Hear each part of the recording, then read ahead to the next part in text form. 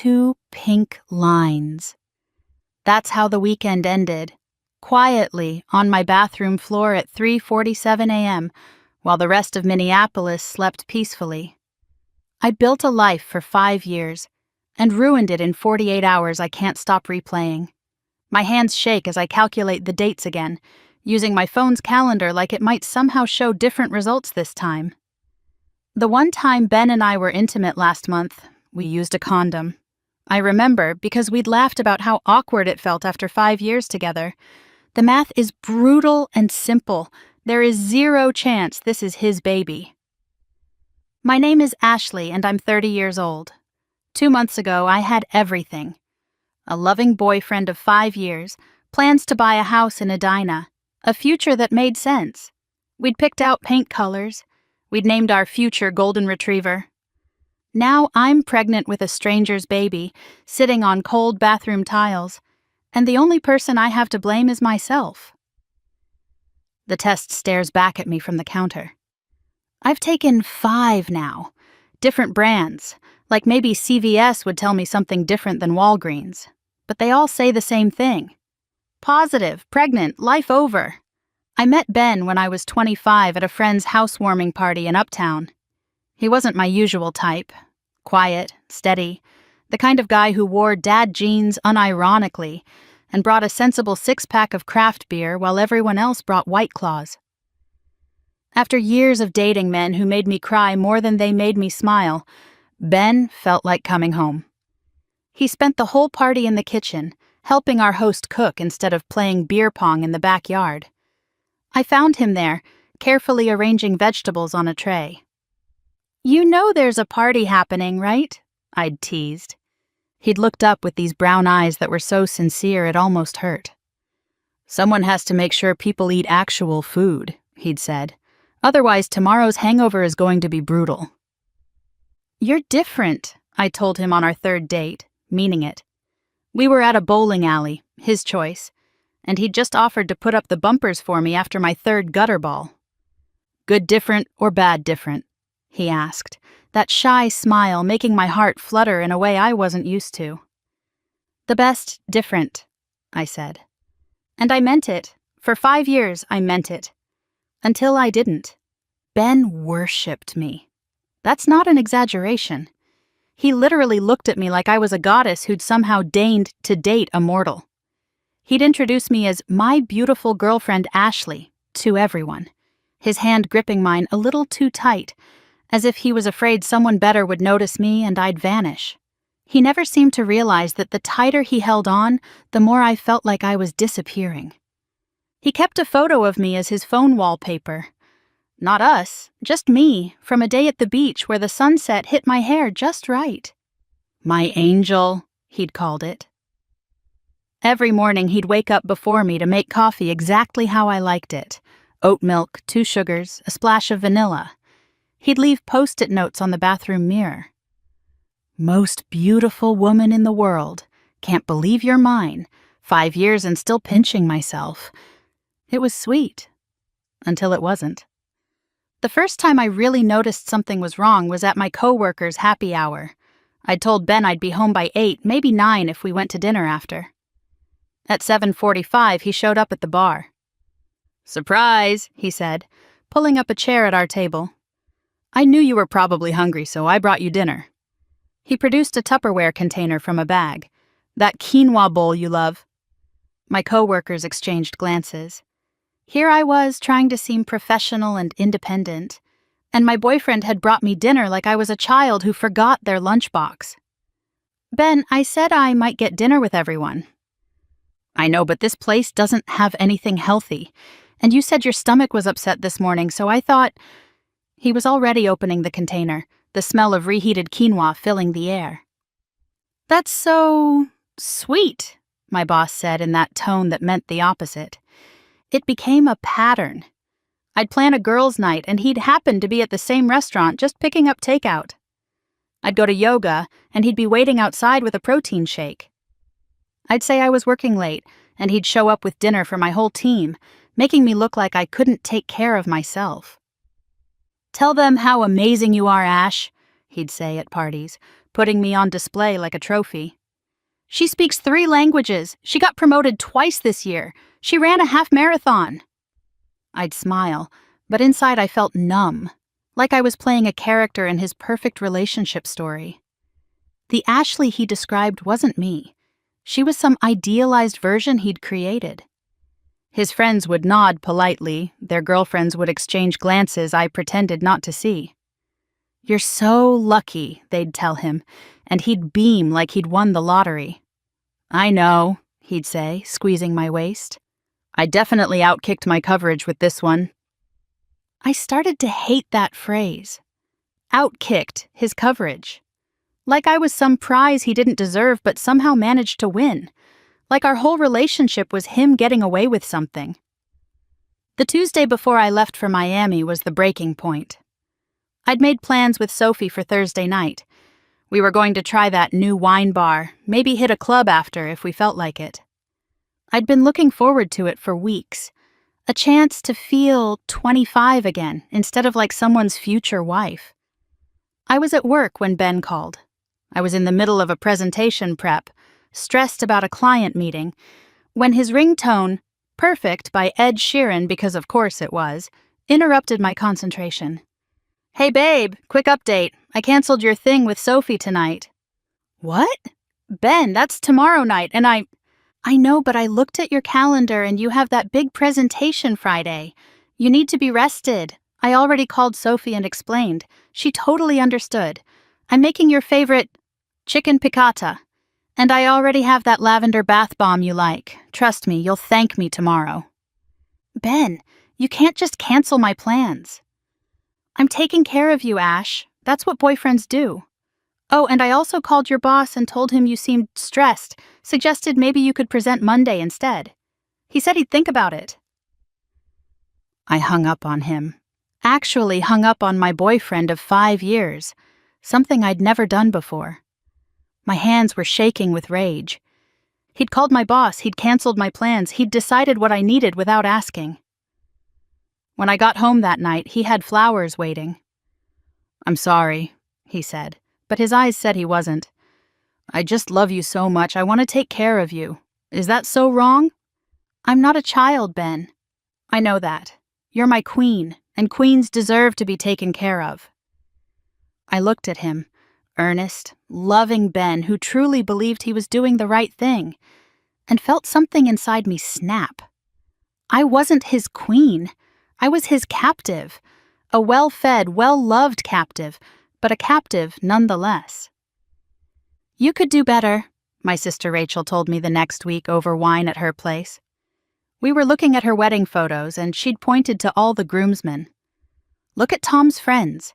Investment bankers, tech guys, that one who started the brewery. You're gorgeous, Ash. You could have any guy you want." "I want Ben," I'd insisted, but even I heard how weak it sounded. "Do you, though? Or are you just so terrified of being alone that you'll settle for a guy who treats you like you're his entire life's accomplishment? Like you're some fragile thing that needs constant monitoring?" "That's not fair, Rach." "Isn't it?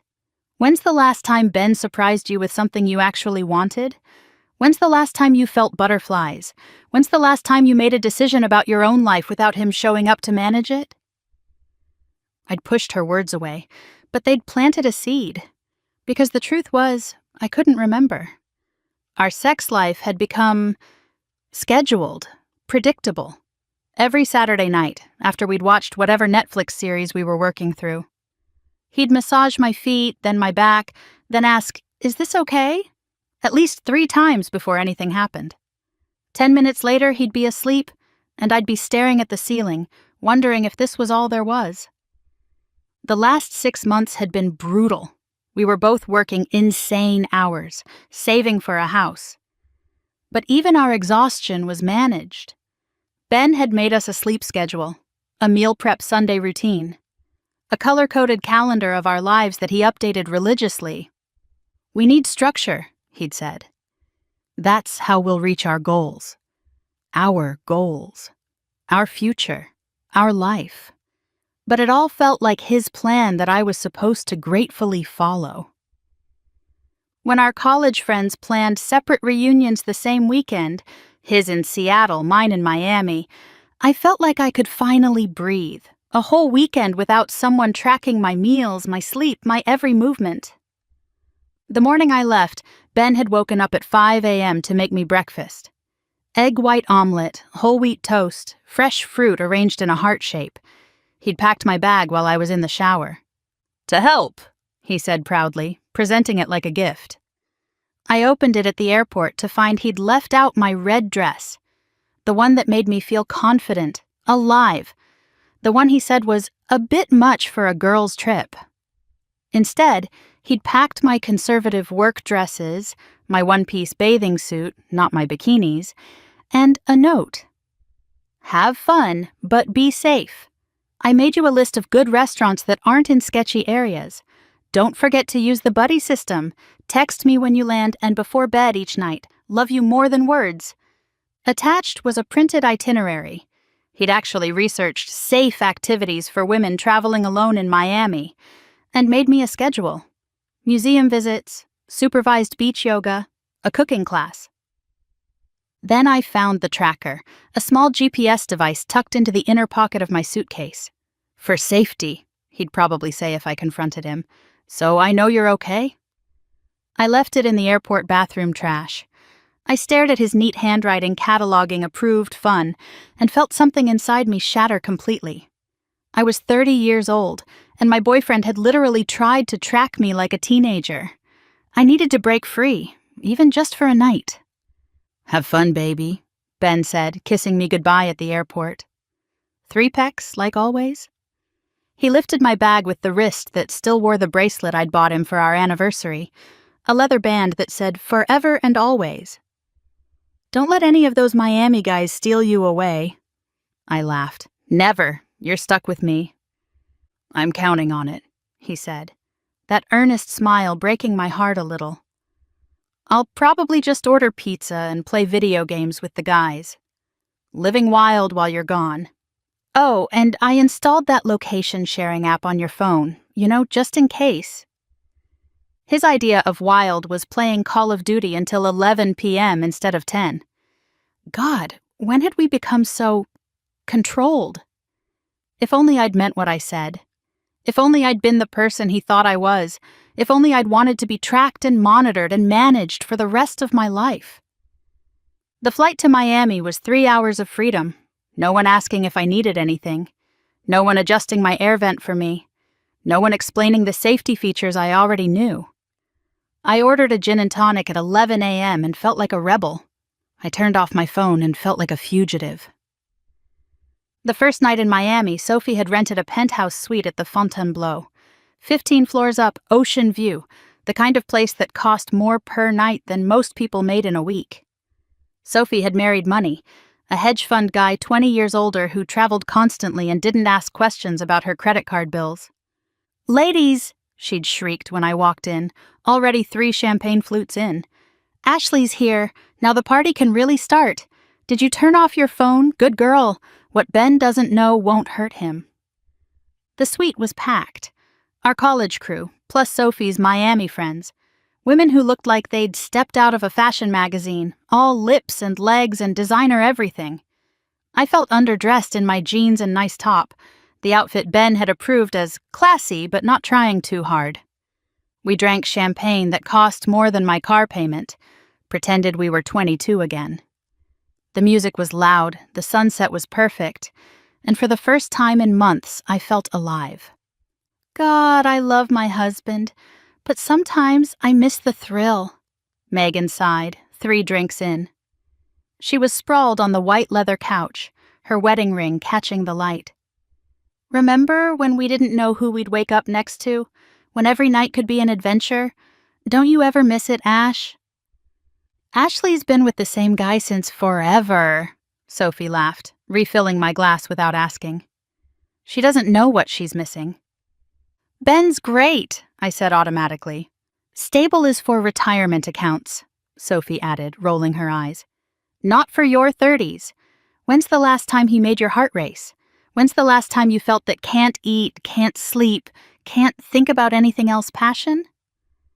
I opened my mouth to defend him, to defend us, but nothing came out. Because the truth was, Ben had never made me feel that way. He'd made me feel safe, loved, secure, monitored, controlled, but never consumed, never out of control, never truly dangerously alive. "That's what I thought," Sophie smirked. "Ladies, I think it's time we reminded Ash what she's been missing." Then Jake walked in. I need you to understand, I'd never seen a man that looked like Jake in real life. 6'4", built like a Marvel superhero with this cocky smile that said he knew exactly what he did to women. He was Sophie's boyfriend's cousin, in town for some modeling shoot for Calvin Klein, and he moved through the room like he owned it. He wore a white linen shirt, unbuttoned just enough to show a chest that belonged on a magazine cover. His jeans fit like they were tailored for him. His hair was that perfect messy that took effort but looked effortless. When he laughed at something someone said, his whole face transformed. Every woman in the room turned to stare. Conversations stopped mid-sentence. He was that magnetic. "Holy shit," Megan whispered. "Who is that?" "Trouble," Sophie giggled, but her eyes were gleaming with mischief. "Absolute trouble, Jake Martinez. He's slept with half of Miami, leaves a trail of broken hearts everywhere he goes. They call him the Hurricane because he blows through your life and leaves destruction." "Introduce me," Megan demanded. "You're married," I reminded her. "So I can't look, can't talk. Jesus, Ash, loosen up. When did you become Ben?" The comment stung because it was true. When had I become the person policing everyone else's fun? But Jake wasn't looking at Megan. He'd locked eyes with me across the room, and something in his gaze made my stomach flip. It was predatory, confident, like he'd already decided I was his for the night, and my opinion on the matter was just a formality. He caught me staring and walked over like he owned the place, like he owned me already. The crowd seemed to part for him. Sophie grabbed Megan's arm, pulling her away with a knowing smile. "And you are?" he asked. Those green eyes locked on mine. Up close, he was even more devastating. He smelled expensive. Cologne that probably cost more than my rent, mixed with something dangerous. "Taken," I should have said. "In a committed relationship. My boyfriend tracks my location." Instead, I said, "Ashley." "Ashley," he repeated, like he was tasting my name. His accent, was it Spanish, Portuguese, made it sound exotic. "Dance with me, Ashley." It wasn't a question. I should have said no. I should have pointed to a non-existent ring and walked away. I should have thought about Ben, home in Minneapolis, probably already checking his tracking app, wondering why I was at a hotel instead of Sophie's apartment. But when Sophie's words, stable, retirement accounts, echoed in my head, my feet moved toward him on their own. Just one dance, I told myself. A harmless dance to feel something, anything other than managed. The music was loud, something Latin with a beat that demanded movement. Jake's hands found my waist immediately, pulling me against him with a confidence that Ben would never have. He moved like dancing was foreplay, like every roll of his hips was a promise. "You're not a Miami girl," he said into my ear, his breath warm against my neck. "How can you tell?" "Miami girls know better than to dance with me." That smile was pure sin. "Where's home?" "Minneapolis." "Cold city, cold bed?" "I have a boyfriend." The words came out weak, unconvincing. "Where is he?" Jake asked, spinning me so my back was against his chest, his hands on my hips. "Seattle boys' weekend." "Then he's not here." His logic was flawless to my drunk brain. What happens in Miami stays in Miami, no? One dance became two became five. The champagne made everything fuzzy, made his hands on my waist feel like fire, made the guilt dissolve like sugar in water. He danced like he did everything else, with complete confidence, like he knew exactly what he was doing to me. "You're beautiful," he said, but not the way Ben said it. Ben said it like a prayer, like worship. Jake said it like a fact, like he was cataloging my assets. That boyfriend doesn't deserve you. You don't know him. I don't need to. I can see it in how you move. You're caged, restricted. When's the last time someone made you feel free? Between my third and fourth tequila shot, when had we switched from champagne? Jake produced a hotel room key like a magic trick, slipped it into my hand while we danced, his fingers lingering on my palm.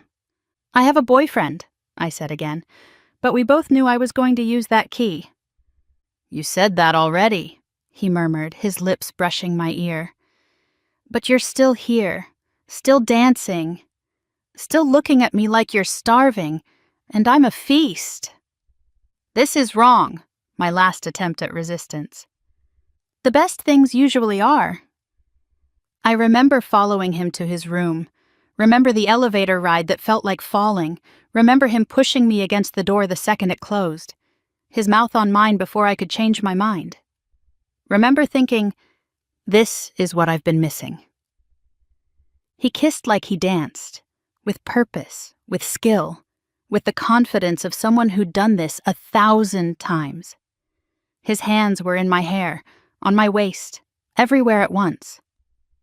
He didn't ask permission. He took, and I gave, and somewhere in the taking and giving, I lost myself completely. He didn't ask, he decided, and I let him. I said yes to things I'd always said no to, and I don't know which part I hate more. The part where I betrayed Ben, or the part where I loved every second of it. We barely left that room for 2 days. The Miami sun rose and set, and I missed it all. I remember the room service trays stacked with empty plates, champagne bottles floating in melted ice. The sunrise over Biscayne Bay through curtains we never fully closed, painting his skin gold. He never seemed to stop, never seemed to tire. I was loud enough to get a knock on the wall from the next room, then another, then security called to check if everything was all right. Your boyfriend's a lucky man, Jake said Sunday morning, watching me get dressed. My body ached in ways that were foreign, thrilling, shameful. There were marks I'd have to hide, stories written on my skin that Ben could never read. Why do you say that? Because you're incredible. Didn't know good girls could be so bad. He stretched like a cat, completely comfortable in his nakedness, in what we'd done.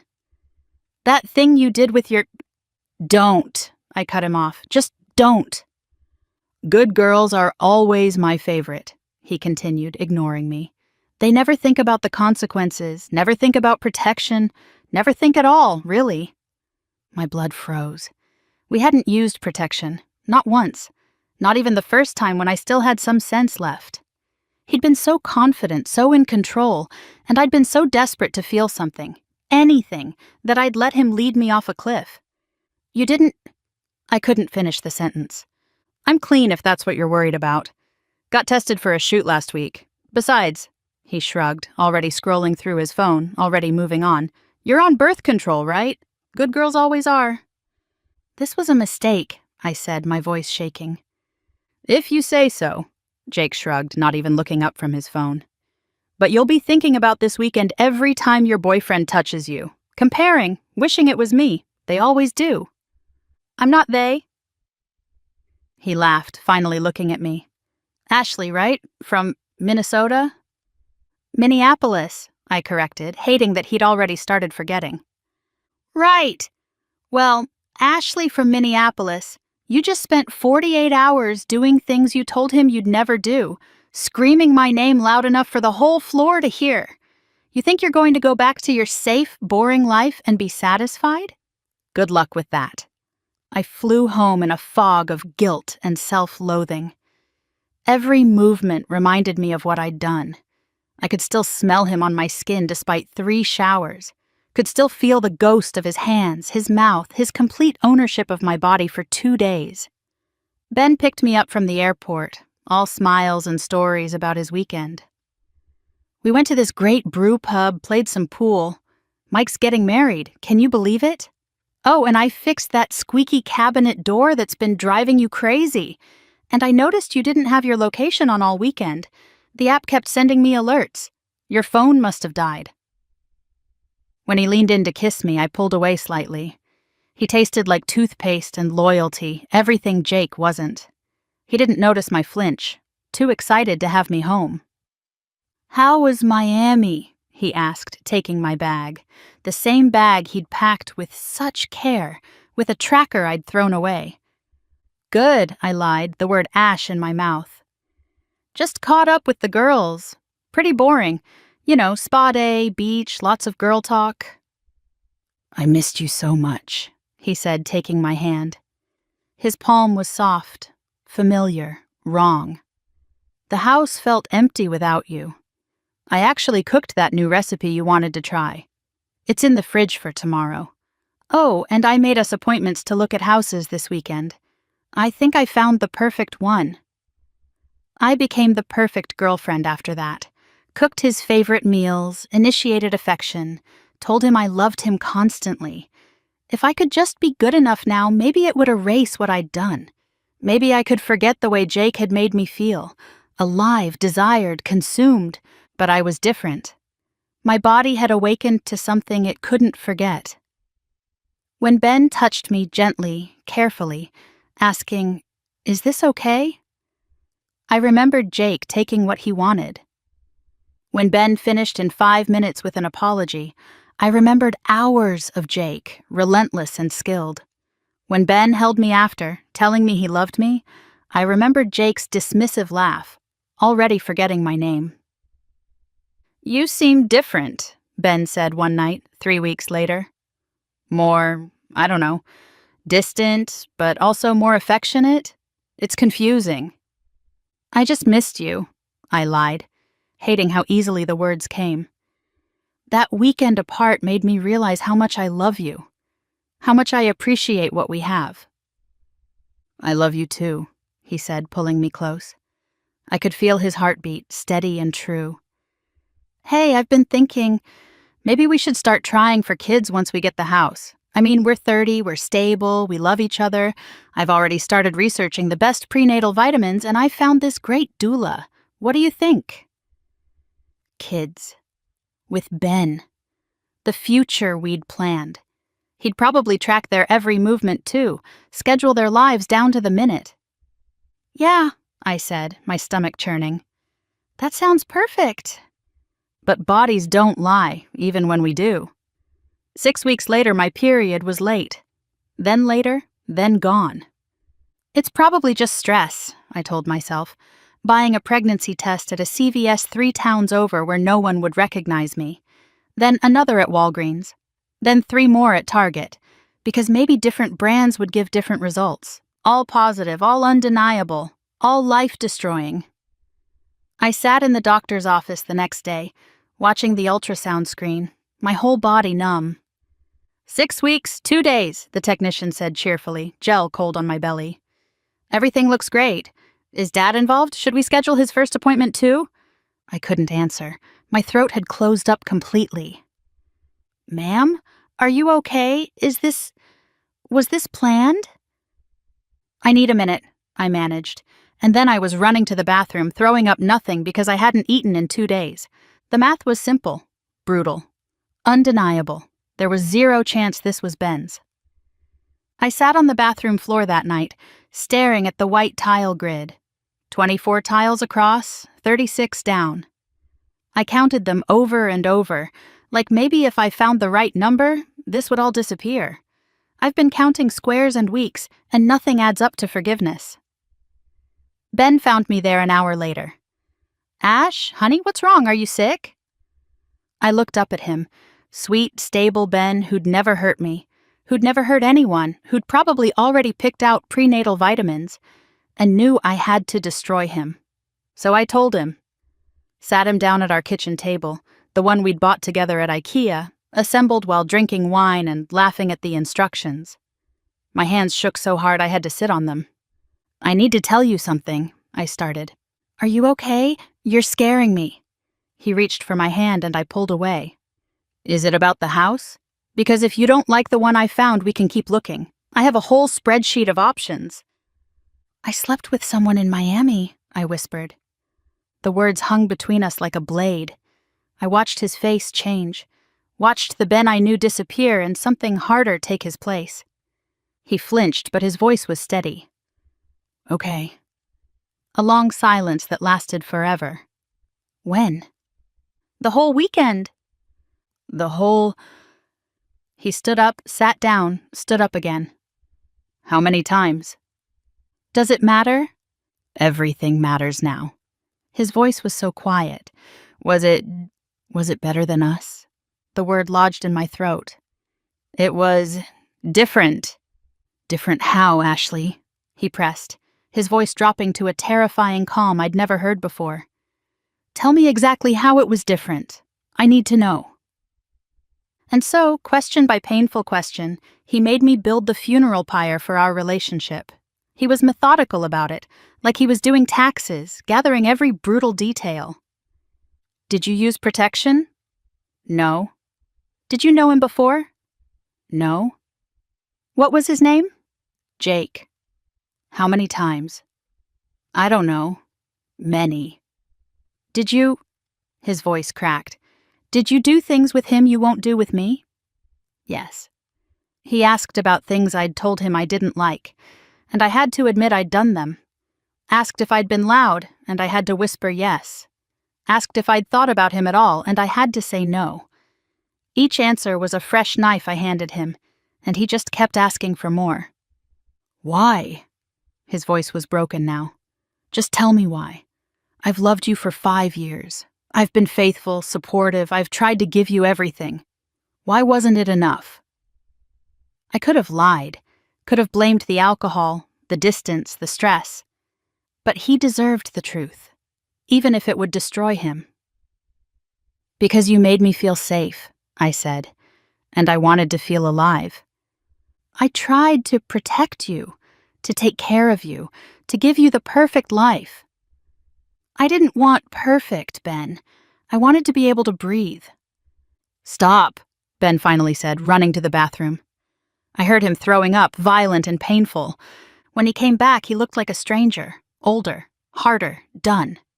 There's more, I said, because he needed to know. I'm pregnant. The silence that followed was the loudest thing I'd ever heard. Is it mine? The hope in his voice broke my heart all over again. No, the math doesn't work. We only... That one time with protection. This is 6 weeks. He laughed then, bitter and sharp. Of course it is. Of course you're pregnant with some random guy's baby. That's perfect. That's just fucking perfect, Ashley. He'd never cursed at me before, never raised his voice. This new Ben scared me more than if he'd screamed. Get out, he said. Ben, please. Get out! The scream came from somewhere deep, primal, wounded. Get out of my house. Get out of my life. Get your things and get out, or I swear to God. He didn't finish. Didn't need to. I grabbed my purse and ran, leaving behind 5 years of safe, stable love for a weekend I couldn't take back. I sit on Sophie's couch in yesterday's clothes, counting hours like I used to count tiles. She's at work, and I'm alone with my thoughts and this baby that shouldn't exist. My phone buzzes. Ben's already changed the locks, canceled our joint cards, removed me from the house hunting spreadsheet. 5 years deleted in 5 hours. I am the one who cried after... Not because I was broken, but because I broke everything. And this time no one's coming to save me, not even me.